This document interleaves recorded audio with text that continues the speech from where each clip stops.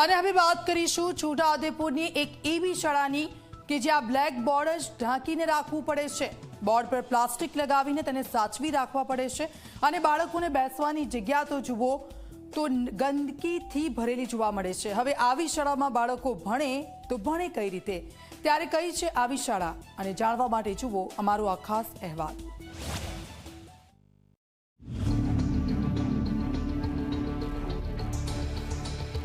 ટપકશે પાણી, ભીંજાશે ભાવિ।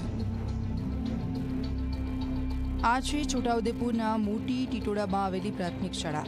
બહારથી ખુલ્લા મેદાન સાથેની આ શાળા ઘણી સુંદર દેખાશે, પરંતુ અંદર પ્રવેશ કરીએ એટલે તેની વાસ્તવિકતા ચીસો પાડીને તેની જર્જરિત હાલતની ફરિયાદ કરે છે। કેમ કે અહીં ક્લાસરૂમ છે, પરંતુ ક્લાસની છત એવી છે કે જેમાંથી પાણી ટપકે છે। થોડો ઘણો સારો વરસાદ વરસે એટલે સમજો કે શાળાના ક્લાસરૂમ પાણી થઈ જાય। નીચે જમીન પર બેસવા જેવી તો સ્થિતિ પણ નથી રહેતી।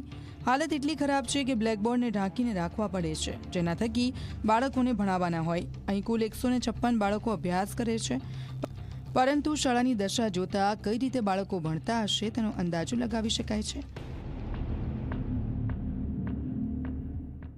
સરકાર એમ કહેશે કે સૌ ભણે સૌ આગળ વધે, પરંતુ ક્યારે આગળ વધશે ને ક્યારે ભણશે? જ્યારે જો મકાન સારું નથી તો એ કઈ રીતે આગળ ભણી શકવાનો છે, કઈ રીતે એ અત્યારે અભ્યાસ કરી શકવાનો છે? કારણ કે અત્યારે ઋતુ જે ચાલે છે ચોમાસું, એને 4 ઓરડાની વચ્ચે જ અત્યારે એને અભ્યાસ કરાવવો પડશે। જે છોકરાઓને બેસવાની તકલીફ ને જે પડતા વરસાદના ટપકતા પાણીની અંદર જે બેન્ચીસો પર જે પાણી પડી રહ્યું છે, તો વહેલી તકે એના વૈકલ્પિક વ્યવસ્થા કરવી અમારે સરકારશ્રીને માંગ છે, અને અમે એવું ગામજનો કહેવા માંગીએ છીએ। વર્ષ 1956માં બનેલી આ શાળામાં 2 પતરાવાળા અને 4 પાકી છતના ક્લાસરૂમ છે, પણ અંદર જુઓ તો બેન્ચીસ પણ કાટ ખાધેલી જોવા મળી। બધી જગ્યાએ પાણી ટપકતું હોવાથી મધ્યાહન ભોજનનું અનાજ પણ વર્ગખંડમાં મૂકી દેવાયું છે। આમ વિદ્યાર્થીઓને બેસવાની જમીન ગંદી, કાટ ખાધેલી બેન્ચીસ અને અનાજનો જથ્થો પણ ક્લાસરૂમની અંદર જ છે। જો કે આ સમગ્ર મામલે જ્યારે અધિકારીને સવાલ કર્યો તો હર હંમેશની જેમ સરકારી જવાબ મળ્યો કે ટેન્ડર પાસ થશે એટલે વહેલી તકે કામગીરી કરાશે।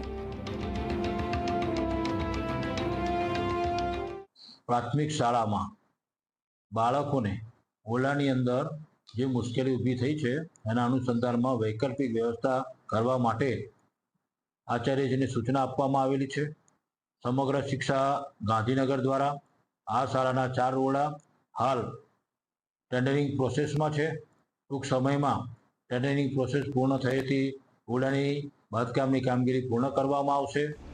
રાજ્યમાં કુલ 2936 શાળાઓ માત્ર એક શિક્ષકથી ચાલે છે। જો કે અહીં શિક્ષકો છે, વિદ્યાર્થીઓ છે, પરંતુ શાળાની સ્થિતિ એવી છે કે પ્રશ્ન સ્વાભાવિક રીતે ઉઠે કે શું આ રીતે ભણશે ગુજરાત? જ્યારે શાળામાં જ પાણી ટપકતું હોય, ક્લાસરૂમ ગંદા રહેતા હોય, તો શિક્ષકો કઈ રીતે બાળકોને સ્વચ્છતાના પાઠ ભણાવશે?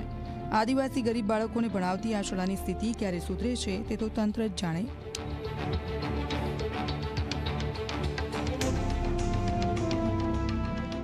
છોટાઉદેપુર જિલ્લાની અંદર શાળાઓની હાલત ખૂબ જ કથળિત જોવા મળી રહી છે। જી 24 કલાકની ટીમ હાલ ટીટોડ ગામે પહોંચી છે। મોટી ટીટોડ ગામની આ પ્રાથમિક શાળા છે, જ્યાં 1 થી 8 ધોરણની શાળા આવેલી છે। 154 જેટલા જે વિદ્યાર્થીઓ છે તે અભ્યાસ કરી રહ્યા છે, પરંતુ શાળા જર્જરિત થઈ જતા જે છતમાંથી જે પાણી ટપકી રહ્યું છે, આપ દ્રશ્યમાં જોઈ શકો છો કે જે ક્લાસરૂમની જે છત છે તે છતની અંદરથી પાણી ટપકી રહ્યું છે અને નીચે બાળકો અભ્યાસ કરી રહ્યા છે। હાલ તો જે વરસાદ છે તે ઓછો છે અને જેને લઈને જે પાણી છે તે ઓછું ટપકી રહ્યું છે, પરંતુ જ્યારે ધોધમાર વરસાદ વરસી રહ્યો હોય છે ત્યારે જે ક્લાસરૂમ છે તે ક્લાસરૂમની અંદર પાણી જોવા મળી રહે છે અને વિદ્યાર્થીઓ જ્યારે ક્લાસરૂમમાં પાણી પડે છે તે ભીનાની અંદર બેસી અને અભ્યાસ કરવા મજબૂર બને છે।